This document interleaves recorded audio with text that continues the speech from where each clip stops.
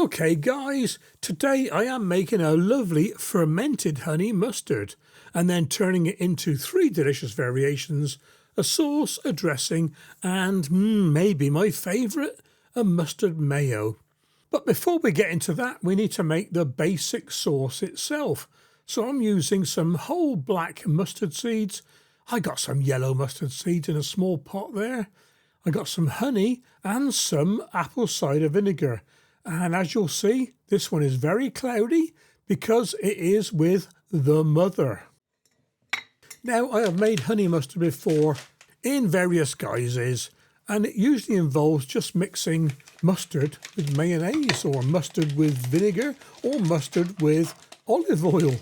This is a bit different. I'm going to ferment the seeds this time.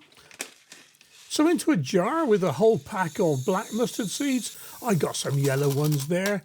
The seeds were going out of date, if there is such a thing, so I just chucked them in. And in with some apple cider vinegar.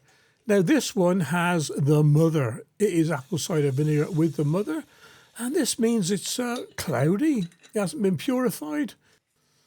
And all I did was pour enough in, plus about 12 millimetres, what's that, ½ inch, on top of the seeds, just to get them covered. I put a piece of paper across the top of the jar. You'll notice I took the seal off. I did not want the jar to be sealed. I wanted the gas to escape. And there it is. Leave the jar in a cool, dark place and check it every day or so. And here we are 1 day later and the vinegar has disappeared. A quick top up, cover the seeds again, give it all a good mix in and back in a cool, dark place. No more was needed after this, to be honest.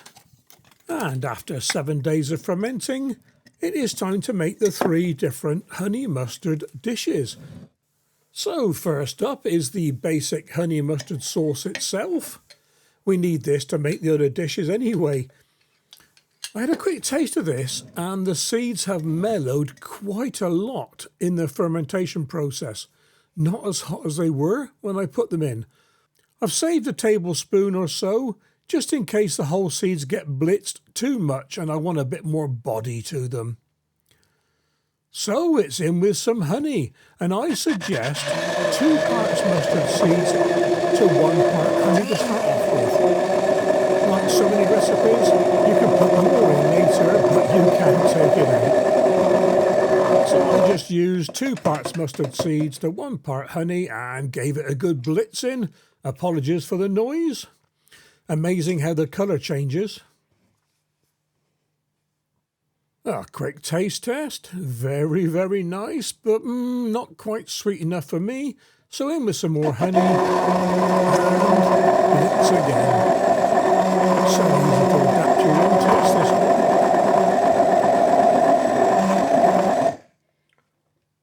one. Lovely jubbly, that'll do. So it's time to, well, not make a mess. Let's leave half of the stick blender in a pot out of the way. I'll leave a link to this blender in the description below. It's the best I've ever had, actually. And that sauce will be used for general cooking, really, adding to other dishes. For the other 2 recipes, what I'll do is I will list the ingredients as I use them. Far easier. And of course, all the recipes' ingredients will be at the end.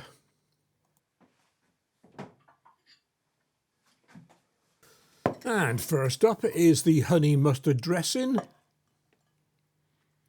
The sort of thing you drizzle over a salad. Pure guesswork this. A bit of the honey mustard sauce. A few herbs of your choice. I'm using sage for this. Sage works very well with honey mustard. Rosemary is good too.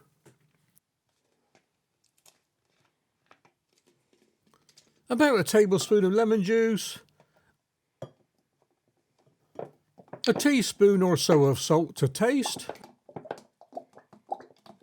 And add the same volume of olive oil as you've got mustard sauce, so a 50-50 mix. And give it all a good blitzing. Sorry for the noise again.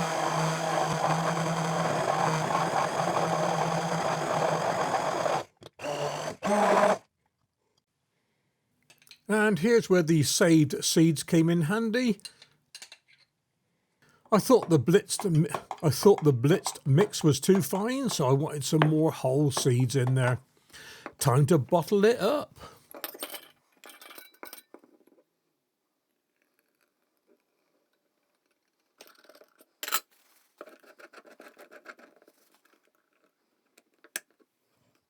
And last up is the honey mustard mayonnaise.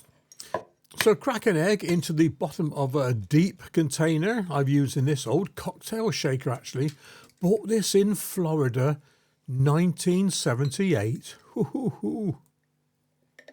In with 2 tablespoons of our honey mustard sauce and a tablespoon of lemon juice, a tablespoon of apple cider vinegar, a pinch of salt, half a teaspoon in my case, and some oil. Now I'm using virgin avocado oil for this. It needs to be neutral oil. You don't want to taint the taste of the mayonnaise with the flavour of the oil. Then blitz away, and I'm sorry for the focus on this. The stick blender needs to be at the very, very bottom of your jar. The egg needs to be fully whisked, totally whisked before you start lifting the blender upwards. And this makes the creamy mayonnaise. It's very hard to show with one camera.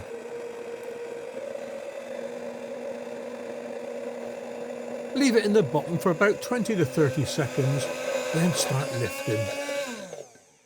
Here we go, just like this. And as usual, a quick taste test. Time to adjust? No adjustments needed. You can add a bit more salt or lemon juice at this stage, but it wasn't needed. And time to jar things up.